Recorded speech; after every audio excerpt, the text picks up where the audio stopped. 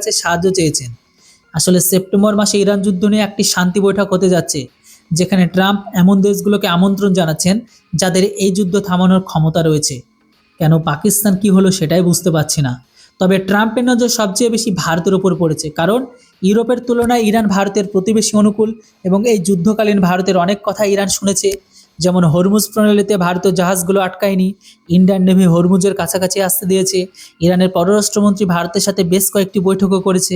তাই ট্রাম্প ভাবছেন এই শান্তি বৈঠকে ভারত যদি ইরানের উপর সামান্য চাপও সৃষ্টি করে তবে হয়তো ইরান পিছিয়ে আসবে এবং এই যুদ্ধ থেমে যাবে, কারণ আমেরিকা এই পর্যন্ত প্রচুর অর্থ এই যুদ্ধে খরচ করে ফেলেছে, কিন্তু হাতে শুধু শূন্যতা এসেছে তাদের।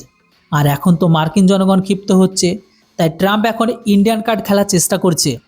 যদিও আমার মতে ভারতের এই মিটিংয়ে যোগ দেওয়া উচিত নয়, কারণ এতে আমেরিকা হয়তো খুশি হবে কিন্তু ইরান নাখোশ হবে।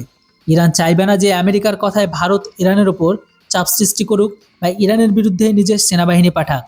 এমনিতেও এই যুদ্ধ আমেরিকা কাউকে না জেনেই শুরু করেছে, তাই আমার মতে এখন এই যুদ্ধ থামানোর কাজটা আমেরিকারই করা উচিত।